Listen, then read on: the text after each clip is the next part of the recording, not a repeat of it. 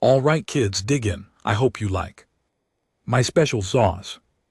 And GT, I had no idea you were royalty. Thank you for your kindness to my children. Human. And GT, he thought he was helping a few hungry alien children. He had no idea he was feeding the heirs of a fallen empire. And before this story is over, a single human maintenance worker will stand between an invading armada and one of the most powerful royal bloodlines in the galaxy. Ethan Carter never expected his life to matter to anyone. Orbital elevator outside New Phoenix. Colony needed constant repairs, and that was his job. Wake up before sunrise. Ride the transit line to the elevator complex. Spend 10 hours replacing worn components, inspecting cargo lifts, and dealing with equipment failures, then go home to a small apartment overlooking the industrial district. It wasn't a bad life, it just wasn't an important one. At least that's what Ethan believed. The colony itself sat on the edge of civilized space. Ships arrived every day, carrying cargo, workers, refugees, and sometimes entire families looking for a second chance. Most people kept to themselves. That was why nobody paid attention to the abandoned house at the end of Ethan Street. The structure had been empty for years. Broken windows, overgrown vegetation, collapsed fencing, the kind of place everyone ignored until Ethan noticed movement. 3 small figures appeared behind the property every afternoon. Alien children. They always arrived at exactly the same time, and they always looked hungry. The oldest was a girl with silver skin and bright violet eyes. The middle child was a boy who never stopped watching the sky. The youngest was so small he practically disappeared behind the weeds surrounding the house. Every day they sat quietly behind the fence. Every day they disappeared before sunset, and every day they looked thinner. Ethan tried ignoring it for almost a week. He convinced himself it wasn't his business. The galaxy was full of refugees. Someone else would help them. Someone else would notice, but nobody did. One afternoon he stopped at a food vendor and bought extra meals. He left them near the fence, then he walked away. The next day the food was gone. The day after that he left more, gone. Again for 2 weeks the strain routine continued. Then one afternoon, the oldest girl finally approached him. "Why are you doing this?" Ethan looked up from his lunch container. "Doing what?" "Giving us food," he shrugged. "You looked hungry." The girl frowned. "No one gives something for nothing. Maybe where you're from." The girl stared at him for several long seconds. Then she quietly picked up the food container and disappeared behind the fence. Ethan smiled. He assumed that would be the end of it. Instead, it was the beginning. Over the following weeks, the children slowly trusted him. The youngest introduced himself as Kira. The middle child was named Jalen. The oldest was Lyra. None of them would answer questions about their parents.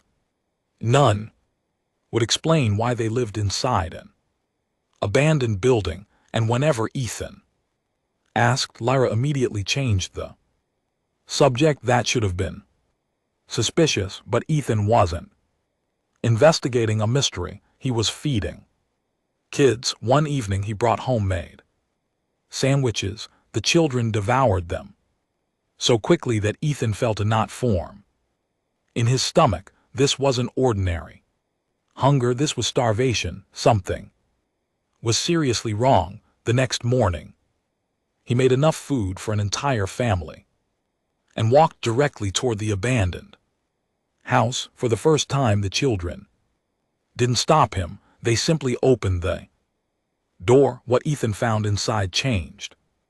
Everything, the interior looked more like a survival shelter than a home. Blankets covered broken furniture. Medical equipment sat scattered across the floor. Portable batteries powered a few dim lights, and in the far corner lay an injured alien woman. The moment Ethan saw her, he knew she wasn't ordinary. Even weak and exhausted, she carried herself with impossible authority. Scars covered her arms, old wounds crossed her shoulders. Her breathing was shallow, but her eyes looked like those of someone used to commanding entire worlds. The children immediately rushed to her side. Mother, the woman slowly opened her eyes. She studied Ethan carefully.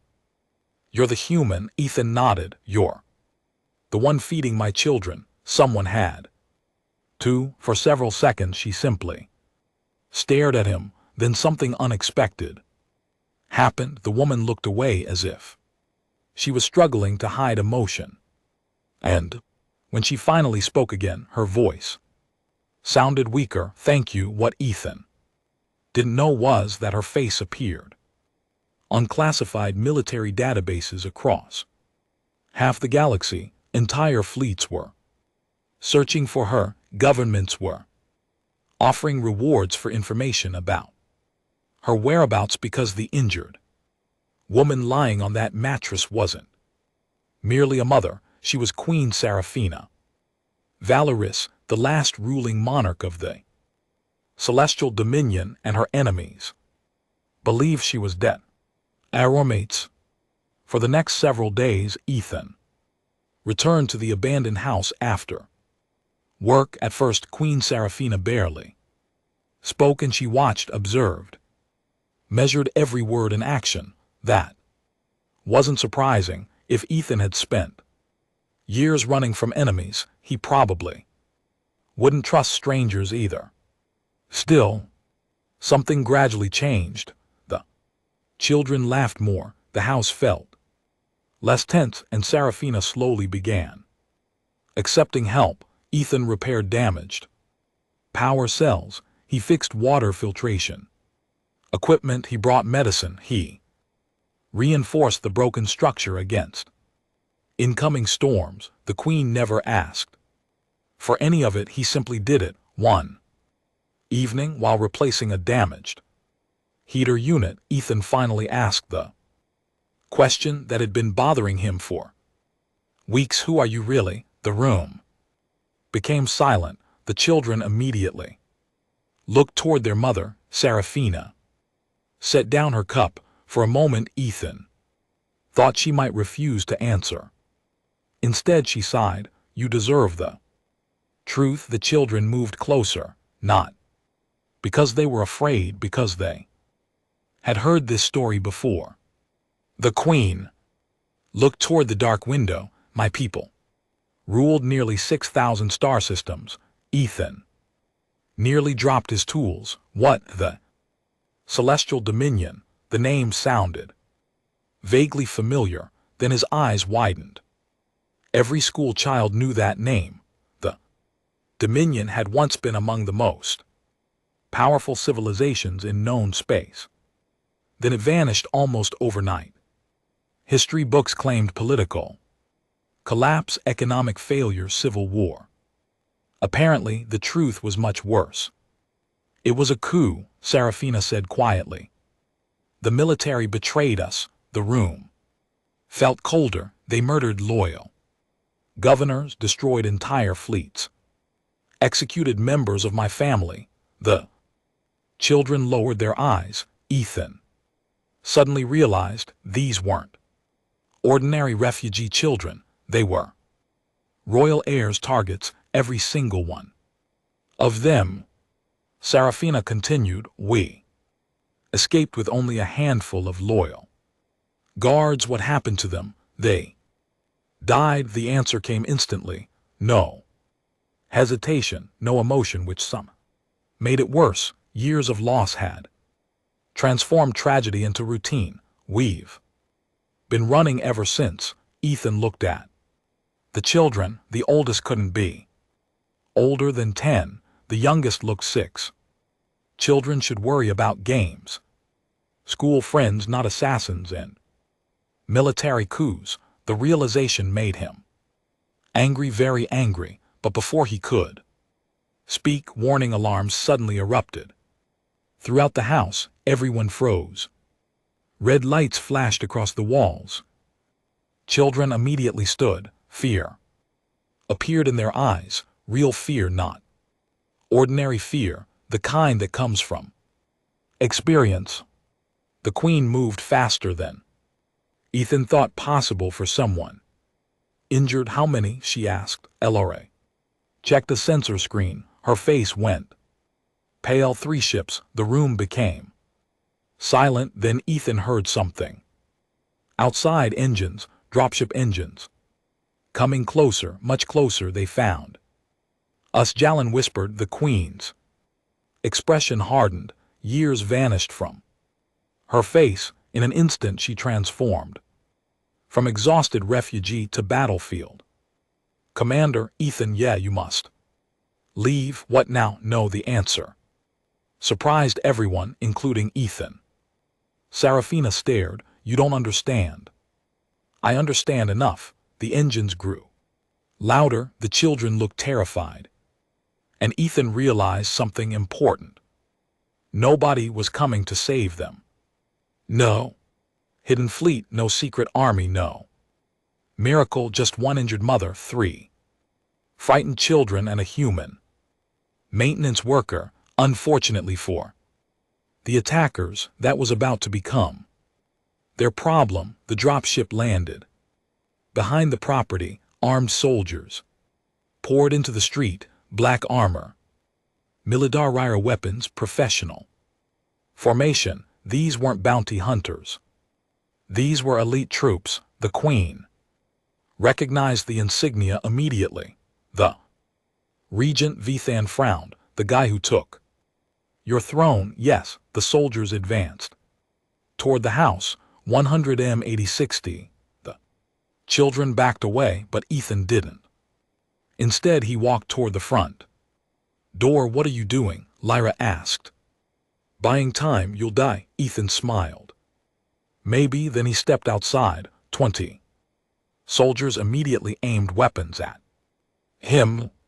The commander activated a loudspeaker. Citizen, move aside. Ethan crossed his arms. No, no. The commander looked confused. You are protecting them. Looks that way. Several soldiers exchanged amused glances. One human standing against an elite military squad. It seemed ridiculous until Ethan remembered something. He wasn't standing near an ordinary house. He lived beside an orbital elevator, and he knew every industrial system connected to this district, every power grid, every maintenance network, every emergency override. The commander took another step forward. Last warning. Ethan pressed a control device hidden in his pocket. Across the neighborhood, transformers exploded. Street lights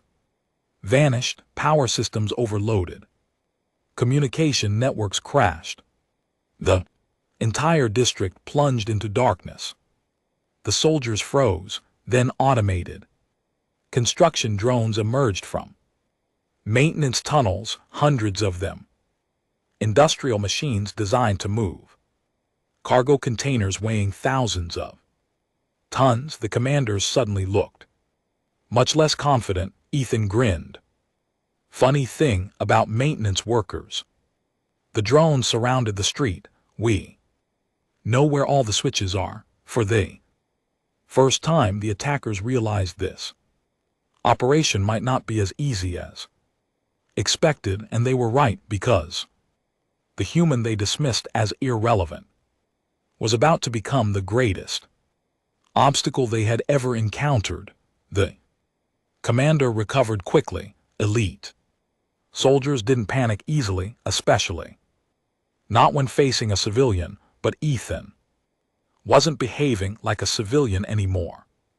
The construction drones formed a wall. Across the street, massive industrial arms unfolded, hydraulic systems hissed. Floodlights activated, the soldiers adjusted their aim, the commander narrowed his eyes. You think machines will stop us? Ethan shrugged honestly. I'm hoping you'll decide this isn't worth the paperwork. Nobody laughed. The commander raised his weapon. Capture him. 3 soldiers advanced. That was when the first drone moved, a machine designed to lift orbital cargo. Containers weighing hundreds of tons swung one mechanical arm downward. The impact shattered the pavement. The soldiers jumped back instantly. A second drone blocked the street, then a third, then 10 more. The attackers suddenly found themselves staring at enough industrial hardware to level an entire city block. Inside the house, LRA watched through a cracked window. He should run. Serafina slowly shook her head. No. Why? The Queen's eyes remained fixed on Ethan. Because humans don't leave people behind. The young girl frowned. She had heard stories about humans. Most species considered them reckless, dangerously loyal, capable of risking everything for complete strangers. At the time, she thought those stories were exaggerated. Now she wasn't so sure. Outside, the standoff continued. The commander's patience finally ended. Fire energy weapons erupted simultaneously. Bright plasma bolts slammed into the drones. Metal exploded. Sparks filled the street. One drone collapsed immediately. Another lost an arm. A third caught fire. Ethan's grin disappeared. Okay, he muttered. That was expensive. Soldiers advanced. The drones charged. The street became chaos. Industrial machines crashed into military formation. Soldiers scattered. Concrete shattered. Vehicles overturned.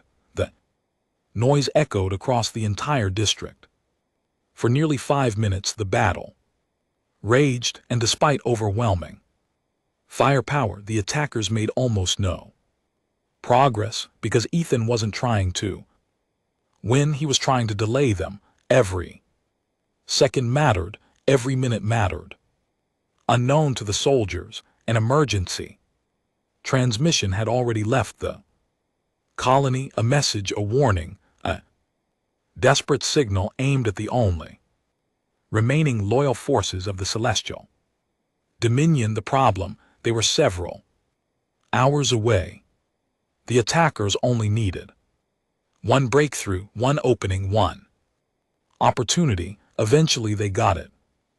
Missile launcher appeared. Ethan saw it. Immediately, his stomach dropped. Industrial drones could stop soldiers. They couldn't stop anti-armor missiles. The launcher fired. The projectiles screamed toward the house. Everything seemed to slow down. The children were inside. Serafina was inside. There wasn't enough time. Then Ethan did something incredibly stupid. He ran toward the missile. Even years later, he couldn't fully explain why. Maybe instinct, maybe adrenaline, maybe simple human stubbornness. Whatever the reason, he jumped onto a damaged cargo loader and activated its emergency propulsion system. The massive machine accelerated forward. The missile struck. The explosion lit up the entire district. Windows shattered. Vehicles flipped. Fireball consumed the street. Inside the house, LRA screamed. Serafina closed her eyes for one terrible moment. Everyone believed Ethan was dead. Then a voice crackled through a damaged communication speaker. Okay, static. That definitely hurt. The children stared in disbelief. The smoke slowly cleared. The cargo loader was destroyed. Completely destroyed, but Ethan remained Standing behind the wreckage, bruised, bleeding, barely conscious, yet somehow still alive, the commander looked. Horrified. What is wrong with humans? One soldier answered, honestly, we don't know. The attackers launched a final assault. This time they reached the house. Doors exploded inward, walls shook, the battle moved inside. Serafina grabbed an old plasma pistol. The children hid behind reinforced barriers for the first time in years. The queen prepared to fight personally. Not as a ruler, not as a monarch, as a mother. The first soldier entered. Serafina fired, the second followed. She fired again, years of training. Returned instantly, every movement efficient, every shot deliberate. Attackers quickly realized they weren't fighting a helpless refugee, they were fighting the woman who once commanded the largest military empire in the galaxy. Unfortunately, numbers still mattered, and there were too many enemies. Slowly, relentlessly, the soldiers pushed forward. The queen's ammunition dwindled. The children huddled together, and Ethan could barely remain standing. The situation seemed hopeless. Then every sensor in the area activated simultaneously. Ships, thousands of ships. The commander's face turned white. No, the sky above New Phoenix Colony suddenly filled with light. Warp signatures appeared everywhere. 110, 100, then thousands. An entire fleet emerged from hyperspace. Not an army, an armada, the largest military force the colony had ever seen. Golden warships stretched across the heavens. Their insignias glowed like stars, the symbol of the celestial dominion. The loyalists had arrived. Commander's voice trembled. Impossible. Impossible. The emergency signal had reached its destination, and every surviving loyal commander had answered. Because their queen was alive. Within minutes, Dominion forces overwhelmed the attackers. Enemy ships surrendered. Ground troops dropped their weapons. Ku's advanced force collapsed completely. The battle was over, but the real story was only beginning, because news of what happened spread faster than anyone expected, across thousands of star systems, across dozens of civilizations, across the entire galaxy. Everyone heard the same unbelievable story. The last royal heirs of the Dominion had survived because of a human maintenance worker, not a soldier, not an admiral, not a politician, a man who simply noticed hungry children and decided to help. And that story would change the galaxy forever. The battle for New Phoenix Colony ended before sunrise. By morning, the entire district had transformed into something Ethan barely recognized. Military transports filled the streets. Medical teams rushed between temporary command centers. Dominion soldiers established security perimeters around the abandoned house. And above everything, thousands of golden warships remained suspended in orbit. The colony had become the center of galactic attention overnight. Ethan hated it. He was sitting inside a medical tent while a doctor rapped his shoulder for the third time. You should be dead. People keep telling me that. The doctor shook his head. That explosion alone should have killed you.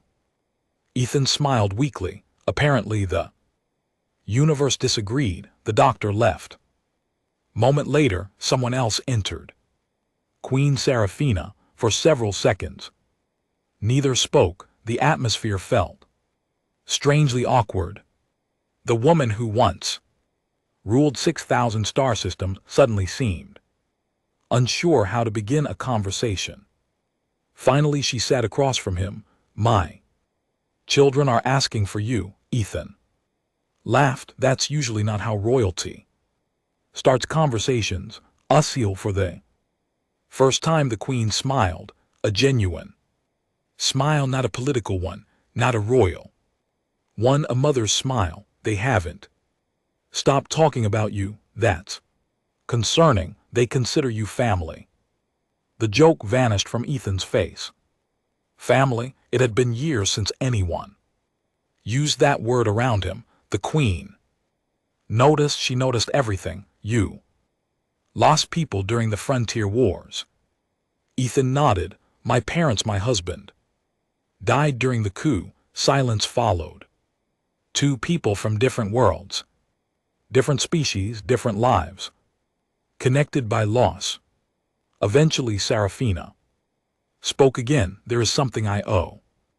You don't owe me anything. Incorrect. Her tone immediately became royal, formal, authoritative. You protected my children when nobody else would. Ethan shrugged. Any decent person would have done the same. The Queen slowly shook her head. No, the answer came quietly but firmly. Most people would have walked away. Neither argued further because both knew the truth. Helping had been easy. Continuing to help after discovering who they were had not fighting armed soldiers certainly wasn't. Yet Ethan had done all three. That mattered more than he realized. Over the next several days, Dominion commanders arrived from every corner of known space. Governors, admirals, diplomats, military leaders, the surviving pillars of a fallen empire. One after another, they met with Queen Serafina. One after another, they pledged loyalty, and one after another, they asked the same question: where is the human? At first, Ethan assumed they wanted witness statements, military reports, strategic information. He was wrong, very wrong. The first admiral he met immediately stood and saluted. Ethan nearly dropped his coffee. The second bowed. The third requested permission to shake his hand. The fourth brought gifts. The fifth brought more gifts. By the end of the week, Ethan owned enough expensive items to purchase half the colony. Please make them stop, he begged Serafina. The Queen looked amused. They are grateful they brought me a starship. They are very grateful. The ship was real, a fully equipped interstellar vessel given as a thank you gift. Ethan still couldn't believe it. The story continued spreading. Every news network covered it. Every major civilization discussed it. The details varied depending on who told the story. Some claimed Ethan fought hundreds of soldiers alone. Others claimed he personally defeated an army. One report somehow described him wrestling a combat walker. That one wasn't even close to true, but facts no longer mattered. The story had become something larger, a symbol across the galaxy. People repeated the same lesson. The future of an empire had been saved not by power, not by wealth, not by fleets, but by kindness. One simple act: a lunch shared with hungry children. Months later, Queen Serafina officially reclaimed the Dominion capital. The ceremony became the most watched event in modern galactic history. Representatives from thousands of worlds attended. Entire fleets lined the orbital approach. Billions watched live broadcasts, and standing beside the restored Queen was Ethan Carter. He absolutely hated being there. I don't belong here. Serafina adjusted her ceremonial cloak. You do. I'm a maintenance worker. You are also the reason my children are alive. Thousands of cameras focused on them. Ethan wanted to disappear. The Queen ignored his discomfort. The ceremony began. Ancient traditions returned. Oaths were sworn, banners unfurled. Dominion officially rose again. Then came the final moment, the moment nobody expected. Queen Seraphina stepped forward. The massive hall fell silent. Her voice echoed throughout the chamber. History often celebrates rulers. The audience listened carefully. History celebrates warriors. The queen turned toward Ethan. History celebrates great leaders. Billions watched, but sometimes the fate of civilization depends upon ordinary people making extraordinary choices. The hall became completely silent. Seraphina raised one hand. Ethan Carter stepped forward when everyone else walked away. The audience rose to their feet. He asked for nothing more. People stood. He expected men's nothing. Soon the entire hall was standing. He simply saw children who needed help. The applause began slowly, then grew louder and louder and louder until it sounded like thunder. Ethan stood frozen, embarrassed, confused, overwhelmed, because he still didn't see himself as a hero. He never would. In his mind, he had simply done what was right, nothing more, nothing less. Yet that was exactly why the galaxy admired him. Power helping power wasn't remarkable. King helping a king wasn't remarkable. Wealthy person helping another wealthy person wasn't remarkable, but an ordinary human choosing compassion when there was no reward, that was different. That mattered, that inspired people. Years later, children across the restored Dominion would learn about Ethan Carter in school. Statues would be built, books would be written, stories would be told, and every version ended the same way, not with a battle, not with a fleet, not with a queen, but with a simple lunch. Because the greatest moments in history often begin with the smallest decisions. 10 years later, Ethan Carter still lived on New Phoenix Colony. That fact alone confused half the galaxy. By then he could have lived almost anywhere. The restored Dominion had offered him estates on royal worlds.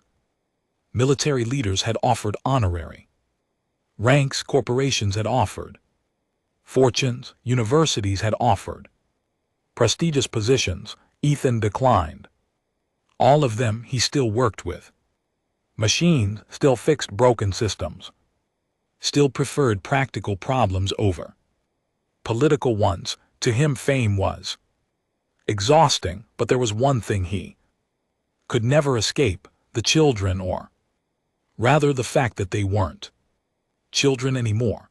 LRA had grown into remarkable young woman, intelligent, confident, patient. She possessed her mother's leadership and her own quiet strength. Jalen became fascinated with exploration and science, helping chart regions of space that had never been mapped. Cairo somehow grew into the tallest member of the family and never stopped talking. Some things never changed. Every year they visited Ethan. Every year they shared a meal together. And every year they reminded him that they considered him family. One evening, during the 10th anniversary of the battle, they gathered on a balcony overlooking the colony. Golden lights stretched across the city. Ships moved between stars overhead. The colony had changed dramatically. Trade flourished. New districts had been built. Entire industries existed because of the renewed alliance between humanity and the Dominion. What began as one act of kindness had ultimately reshaped relations between civilizations, not through treaties, not through military power, but through trust. LRA stood beside Ethan. You know they're naming another academy after you. Ethan groaned. Why do they keep doing that?